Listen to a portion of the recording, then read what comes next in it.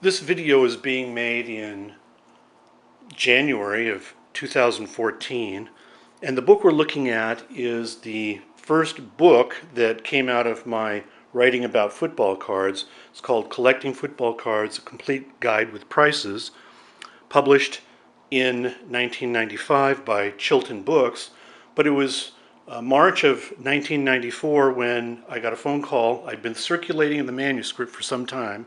I got a phone call from Chilton Books. An editor there said, we like your book, we're going to publish it.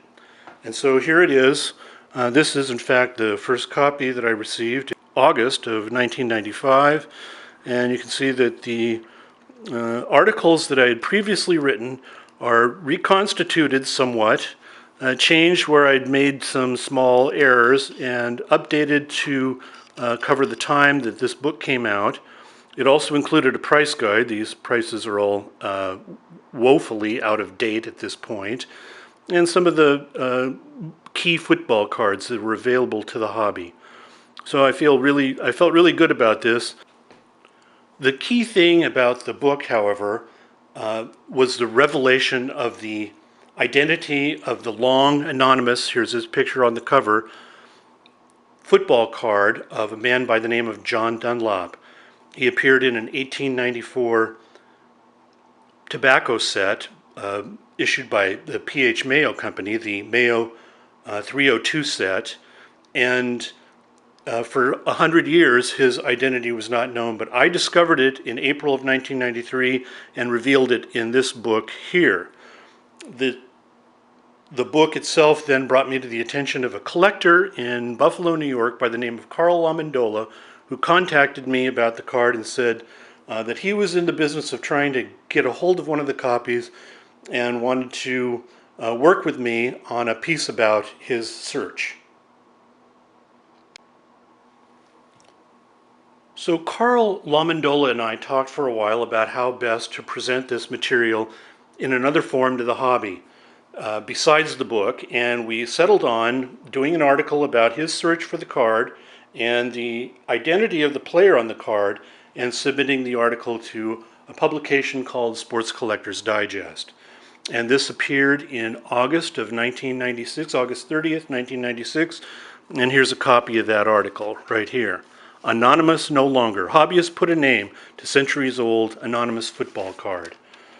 And you can see there's some period advertising here. And after that, right after that, not too long, we produced another article, the January 17, 1997 article about the Galloping Ghost, appearing in the Red Grange. The Galloping Ghost appears in a rare 1937 Mayfair Candies football set, and here's some of the cards. And here's page 2 of the article. And after that, we did another article on the Topps Varsity Feltback set. This came out in 1950. Our article appeared July 25th, 1997. One of the rare and most interesting cards on it is Joe Paterno. Sorry to say, he turned out to be a man with feet of clay in coming to decisions about his staff. But still one of the more valuable cards, along with Darrell Royal and Jackie Jensen, among others in that set. Here's a copy of the cover of Sports Collectors Digest from October 10, 1997. You can see a young Peyton Manning here, still playing for Tennessee. And it was a large format publication, great for producing articles of the kind that we've done. Another collaboration of myself and Carl was the very first football card.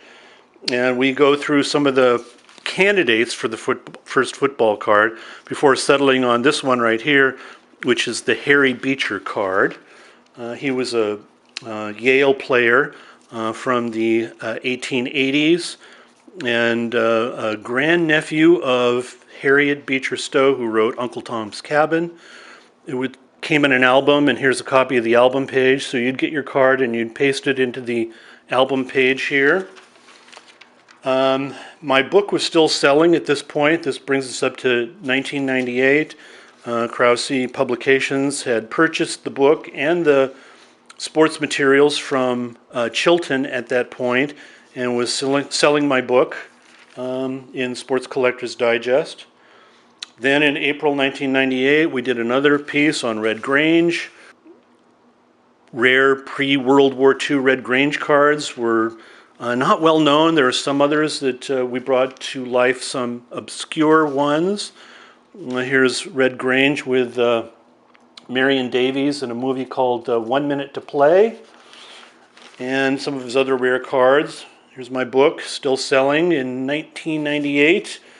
And then we get to the Sportscaster set. We did another piece on this, another kind of subscription collectible. There was more than just football cards. There were cards. Sportscaster produced cards of every type and description. And here's some more of them. Here's the Joe Paterno Sportscaster card. Collection of Redskins matchbooks. Here was another article we did in February of 1999. And we talk about these rare Washington Redskins matchbook covers, a type of collectible that's not well known but is very interesting.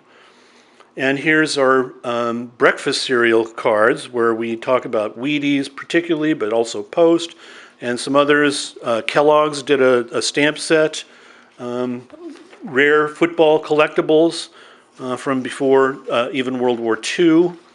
There's another piece we did on matchbook covers, there were tons of football matchbook covers that we covered at various times.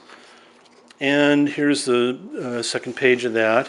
Here's one of the rare instances where I did an article by myself at the request of Krause Publications about football yearbooks, team yearbooks, not just football, but also baseball, basketball, hockey, and others.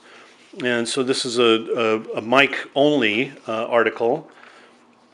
But here's another collaboration with Carl, bread label footballs, these beautiful bread labels from the 1950s. Were at the, it was something that you could collect just by eating bread. And a bunch of bakeries, particularly in the East, participated in this bread label collectible thing. There was a collector, Tom Reed, who had a world-class collection that unfortunately burned in a fire. And then I did another sole article here on the collectibles of Emmitt Smith, a great Dallas Cowboys running back, and a very fine gentleman whose cards are considered very collectible by a lot of people across the country. We did a piece on football scraps. This is cards even before there were cards. You can see that these large-sized paper cutouts, basically, were considered collectible even before football cards gained ground. And here's some of the other scraps that we talk about and the players that are on them.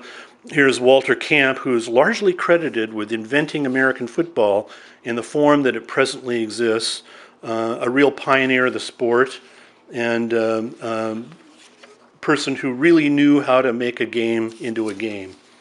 More about football match covers here. This goes to March 3rd, 2000. There's tons of match books out there for teams, particularly professional football and baseball and others. This takes us then to 1959 Bazooka Football. Carl and I did a piece on May 26, 2000 for Sports Collectors Digest, and here's a copy of it. Here's one of the final pieces we did for Sports Collectors Digest on football. This one is about a Briggs candy set that came out in the 1930s. A really interesting, if not fascinating, collection of cards. The funny thing about this was that there appears to be a situation where Briggs was going to, if you collected all 32 cards, you would get a premium from Briggs, but they made sure that there was one card that wasn't available, and to my knowledge, nobody ever collected on the premium. But the cards are great, and the ones that do exist are avidly sought by collectors.